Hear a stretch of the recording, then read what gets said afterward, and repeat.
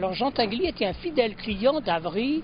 Il venait pour y acheter des fleurs, il venait pour y acheter de la visserie dans notre douite et aussi parfois juste un poireau et il s'en allait le matin tôt vers 8 heures. Jean Tinguely était toujours là pour nous surprendre. Ist, dass an dem Abend neben ihm der Toulon de Grafenried gesessen ist, selber passionierter Automobilfahrer und Mäzen. Und er hat mir gefragt, ob ihm und ich könnte einen Slip von mir geben. Ich habe gesagt, Monsieur de Grafenried, ich bin nicht gewarnt, im Restaurant meinen Slip auszuteilen. Nein, sagt er, ja, das glaube ich euch, Madame, aber ich muss jetzt unbedingt einen Slip von euch haben.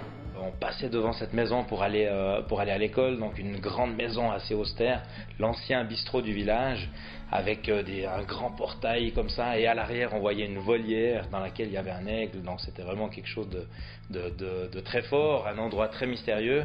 J'ai pu rentrer une ou deux fois pour aller jouer là-bas avec son fils, donc c'était vraiment la caverne d'Ali Baba, on peut dire. Vraiment. Alors une fois il vient aux fleurs, et la vendeuse avait modifié le rayon, elle l'avait amélioré. Alors il prend une terrine à suspendre, il achète ses fleurs, il paye la terrine et ses fleurs, qui étaient des roses je crois, et il dit cette terrine, je la verrai bien là. Il la suspend et il s'en va. Il y avait alors une magnifique voiture dans le salon, un morceau de Ferrari comme ça si je me souviens bien, il y avait vraiment des choses un peu partout, c'était quelque chose d'assez incroyable. Vorne habe ich mir einen schönen ausgewählt und habe den gebracht. Und sofort hat der Tinguely seine Kreide genommen und hat den bemalt. Ein Kunstwerk, Slip, es muss nicht viel gegeben haben von denen. Am anderen Tag hat mir der Herr von Grafenried ein wunderbares Bouquet Rosen schicken und hat mir gedankt, dass ich ihm so einen schönen Slip gegeben habe.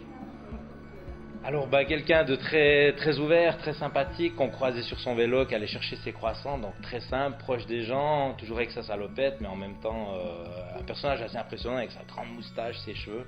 Je l'ai connu plutôt à cette période-là, et puis les sourcils bien sûr mythiques.